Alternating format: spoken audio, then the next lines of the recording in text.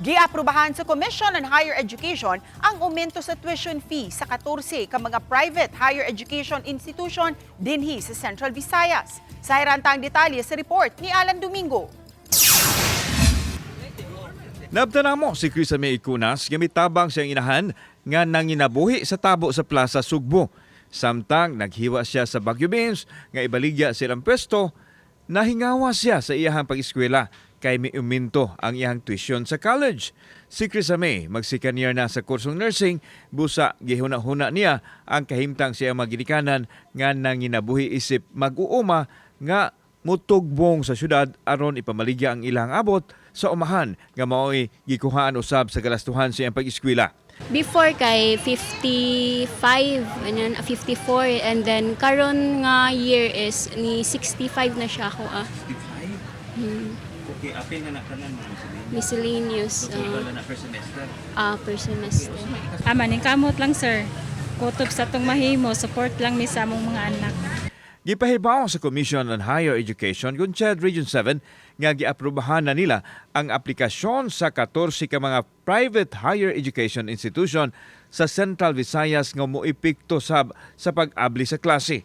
Lakip nini ang unom sa Cebu City, upat sa lalawigan Sugbo ug upat usab sa lalawigan sa Bohol. Ang atong application is for academic year 25-26. So karong abli.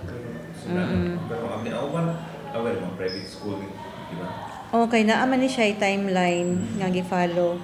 So ang application ani last early 2025 mag-start na gyud ang process. Nasayran nga adunay 20 ka mga tungaan ang nangayo og umento sa bayranan sa tuition apan ang uban nag-adjust pa sa rekisito nga gilatid sa CHED nga kinahanglan dili mula pa sa inflation rate sa Central Visayas nga 4.4%. Pag-release na ni kuan sila, i-change nila ang rate, ni lower yun sila. So nilimit yun ang uban within ra gyud sa inflation rate nga 4.4%. Gidugang sa CHED official nga gihimong basihan sa mga institution ang 70% sa increase ang proceeds. Ang utilization ani is for the salaries and wages sa employees, teaching and non-teaching staff. Maniwa ba ni maka-discourage nimo? Wala rasad noon kay nakita man pud nako nga naningkamot akong parents, so naningkamot na lang pud ko. So mga kapuso, no, bisan og nitaas ang bayranon sa eskwelahan napan wag tanging paglaom si Chris May mo padayon siyang pagtungha aron pagkabot sa iyahang pangandoy tungod og alang siyang pamilya. Kauban si Clover Lumayag, ako si Alan Domingo. Balitang Bisdak.